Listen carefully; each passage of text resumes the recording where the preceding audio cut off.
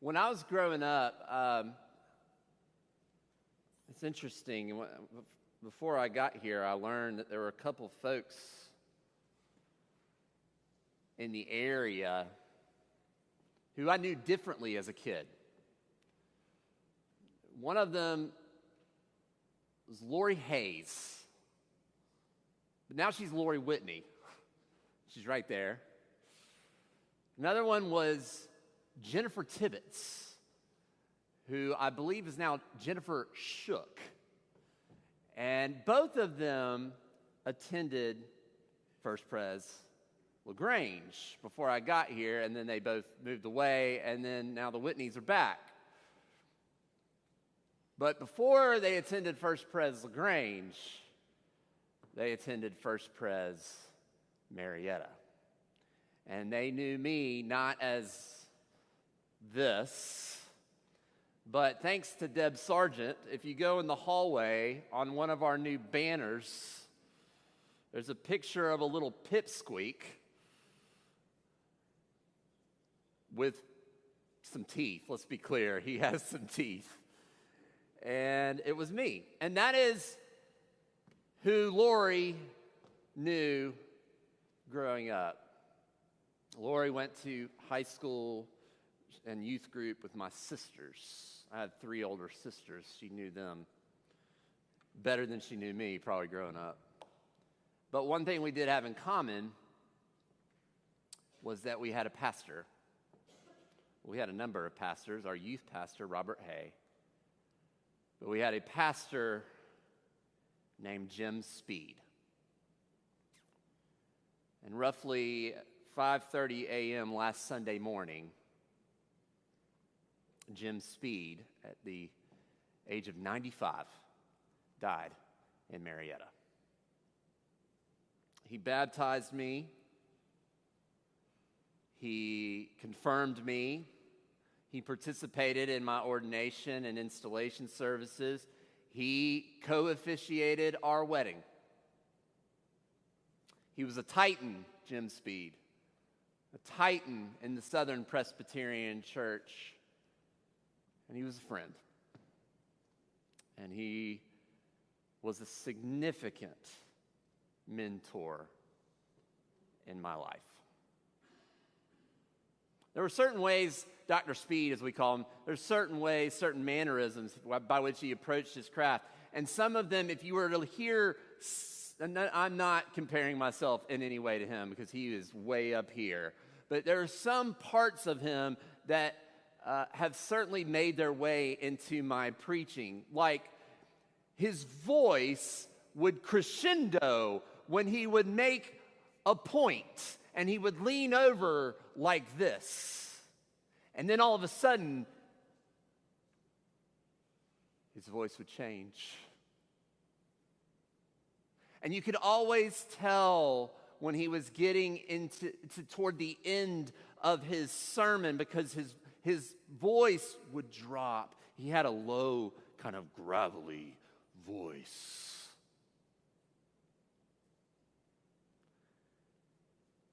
And it no doubt has affected, his style affected mine. And then there's this benediction of his. I said it last week. I said it the week before. I say it every week pretty much. When I said it last week, Lori picked up on it immediately. And a lot of preachers say it, but not like him.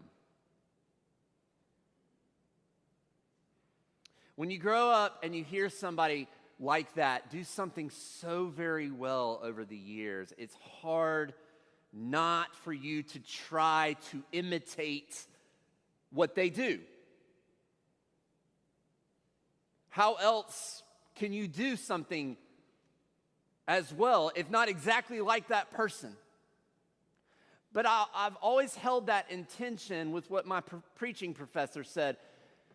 In one of our first classes and early in our studies, she said to us, "You are not your pastor from growing up, nor should you ever attempt to be. Get their voice out of your head when you preach, because it's your voice and your voice alone that you have to use. Which is easier said than done, but I got the point. In the words of Ralph Waldo Emerson, John Hardy will be very excited that I'm quoting Emerson, I'm sure. He said, insist on yourself, never imitate. There's no shortage of quotes like that of be yourself, everybody else has already taken type of motivational quotes. If imitation is the sincerest form of flattery, then all the world's a stage full of impersonators and flatterers. While true individuation actually is a rarity. And I can't blame people for that. It's really hard to be yourself. It's hard to put your full self on display, as vulnerable a feeling as that is, especially when attacks these days are as visceral, visible, and viral as they ever have been. You could argue that to take a stand, to put your true beliefs, your truest self on the line, is more risky now than it ever has been in the age of the internet and the smartphone, and the nothing ever really dies when it's posted on the World Wide Web. I don't know if you've heard this before, but I've read that extended adolescence is the new normal in young adults. Have you heard about extended adolescence before?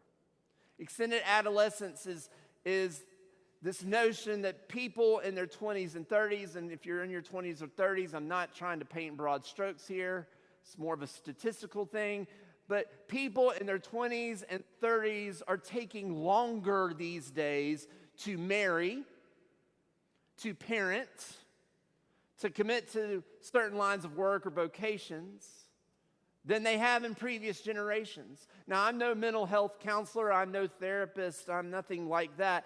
And I know that the true causes of that are myriad and they are complicated. But I can't help but wonder if some of that extension in adolescence is tied to the fact that we are less apt to post our true identity, to claim our true identity, to claim who we are, really, really are, lest it get plastered on the internet before we're ready for it to go there. It's better to be safe. It's ready for us to stay close and keep our true selves buried rather than take a leap and be our true selves in the digital age. But there does come a point. There comes a point when we have to make some decisions. There comes a point when we have to claim who we are. There comes a point where we have to claim who we want to be and what we're going to be about. There comes a point where we have to model what that looks like, if not for ourselves, then for our children and our children's children.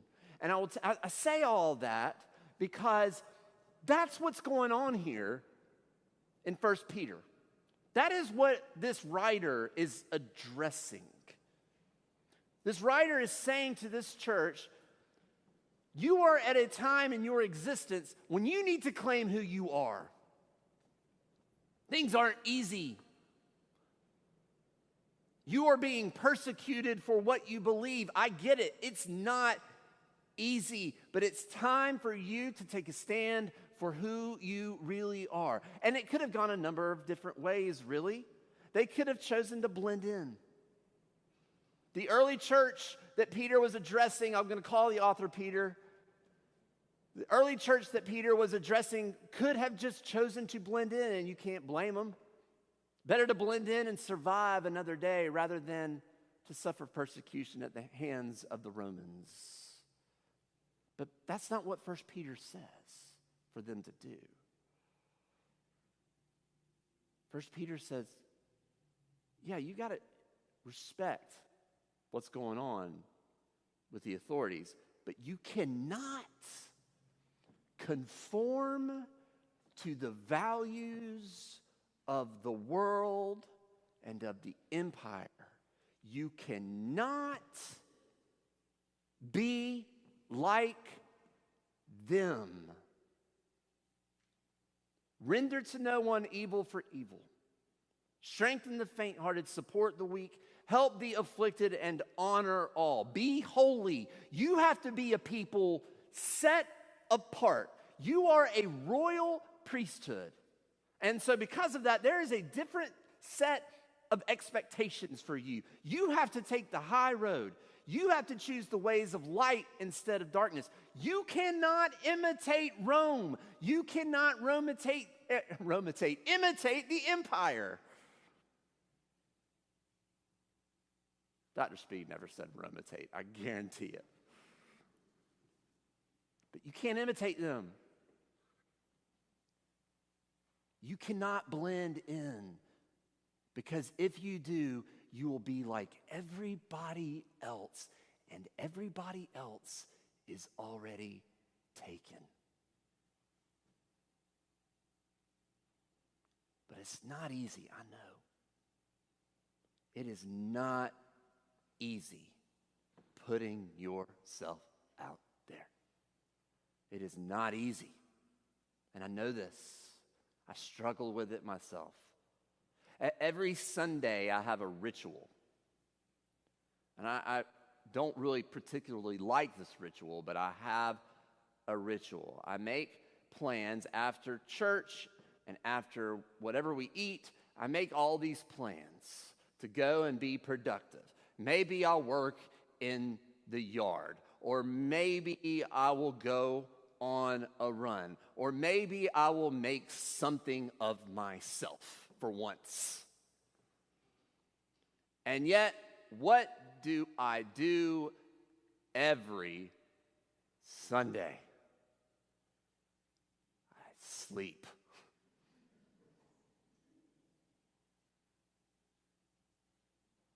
I take a hard nap. Do you do that? Oh, you don't nap, that's right. See? I think it has something for me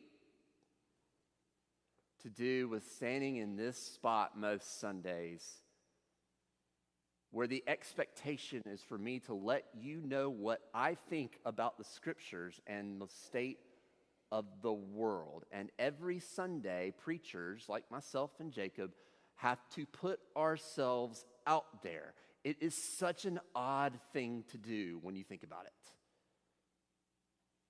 it. And most of the time, it's probably rubbish, what I say from here. But all of the time, I can say this: it is exhausting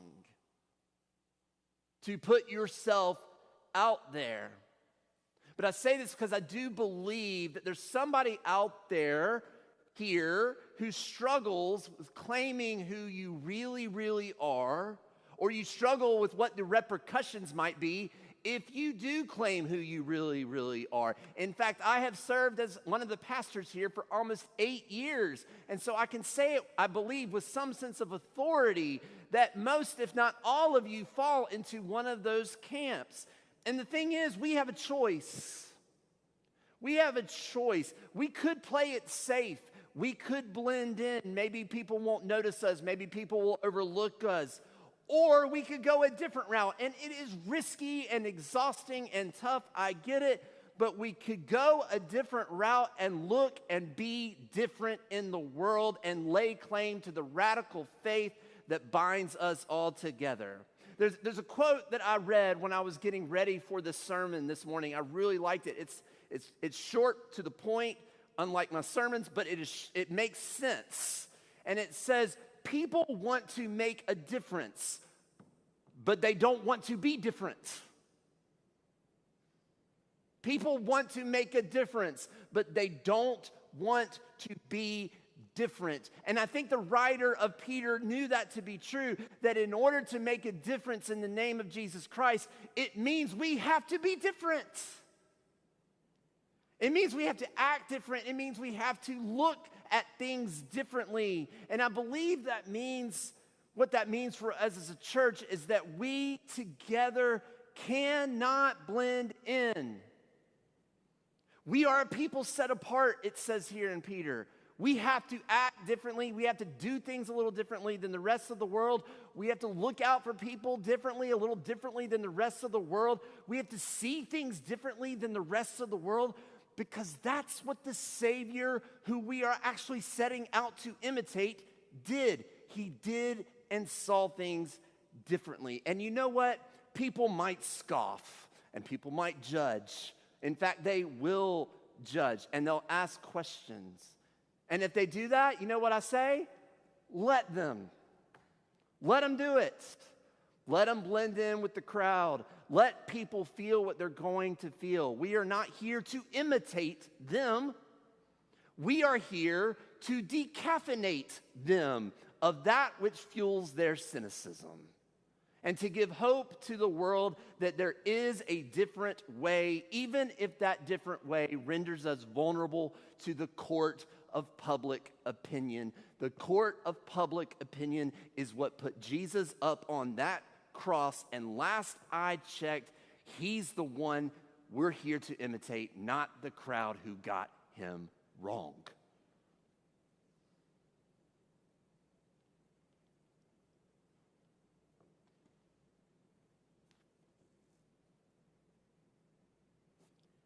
Kimberly Asbell shared a story with our staff. She and Jenna Eady, who's on our staff as well, they attended something called the Caffeinated Church Conference, and you should ask them all about it. But Kimberly shared a story with us about that conference, a workshop she attended on what for so many Presbyterian churches, the workshop she attended was centered around a subject that so many Presbyterian churches, in my experience, find to be almost taboo. And the word was evangelism. And at that workshop, the leader told a story. There were two men who worked for a different denomination, although it could have been Presbyterian, but in this case, they worked for a different denomination. And they were having a chat. These two church workers were having a chat on the property of a parish in the state of Colorado. And while they were having this chat, all of a sudden, this horde of cyclists came rumbling by, completely interrupted their conversation. And one of the people who works for the church commented, looking at the bikers, and said, "Golly, they are so annoying."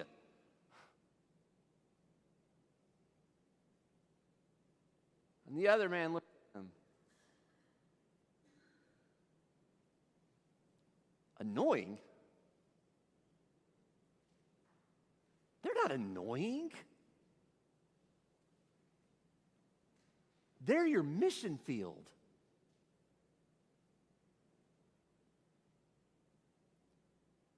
And so, sparked by that comment, that church decided to set up a water station for the cyclists outside their doors. And they actually opened up their doors during rush hour, I believe, for cyclists, because Coloradans, that's just how they roll. So that they could come in and use their restrooms. Think about that for just a second. One of the workers for the church saw them as annoying. But the other one looked at them and at the world quite differently. And the other one thought differently and acted differently. You are a chosen people. You are a royal priesthood. You are a people set apart. Insist on yourselves. Never imitate. Unless, of course, it is He that you are imitating. See the world differently, just as Jesus does. Lay claim to your identity and be yourself, church. Because everybody else is already taken.